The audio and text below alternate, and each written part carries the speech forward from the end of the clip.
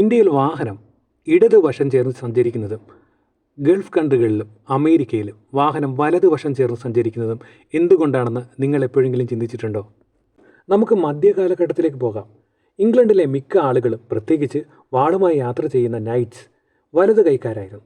എതിരാളികളുമായി ഏറ്റുമുട്ടുമ്പോൾ വാൾ പിടിച്ച കൈക്ക് കൂടുതൽ സ്വാതന്ത്ര്യം നൽകാൻ അവർ റോഡിൻ്റെ ഇടതുവശം ചേർന്ന് സഞ്ചരിച്ചു. അതുകൊണ്ട് ഈ ഇടതുവശം ചേർന്ന് ഡ്രൈവ് ചെയ്യുന്ന പാരമ്പര്യം ഔദ്യോഗികമായി സ്വീകരിച്ചത് ബ്രിട്ടീഷ് സാമ്രാജ്യമാണ്. അതുകൊണ്ടാണ് ഇന്ത്യ, ഓസ്ട്രേലിയ, മറ്റ് മുൻ കോളനികളും ഇപ്പോഴും ഈ സിസ്റ്റം പിന്തുടരുന്നത്. ഇനി യുഎസിലേക്ക് വരാം.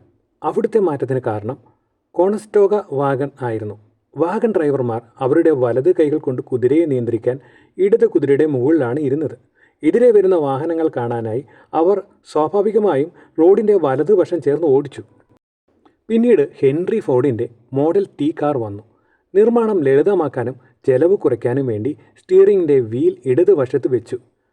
അത് വലതുവശം ചേർന്നുള്ള ഡ്രൈവിംഗ് സിസ്റ്റം പ്രചരിപ്പിക്കാൻ ഒരുപാട് സഹായകമായി.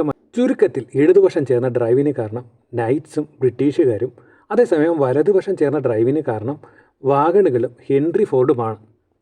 നിങ്ങൾക്ക് ഈ ചരിത്രം അറിയാമായിരുന്നോ? ലൈക്ക് ബട്ടൺ അമർത്തുക. അടുത്തതായി ഞാൻ ഏത് ചരിത്രപരമായ വിഷയം ഉൾപ്പെടുത്തണമെന്ന് കമൻറ്റ് ചെയ്യുക.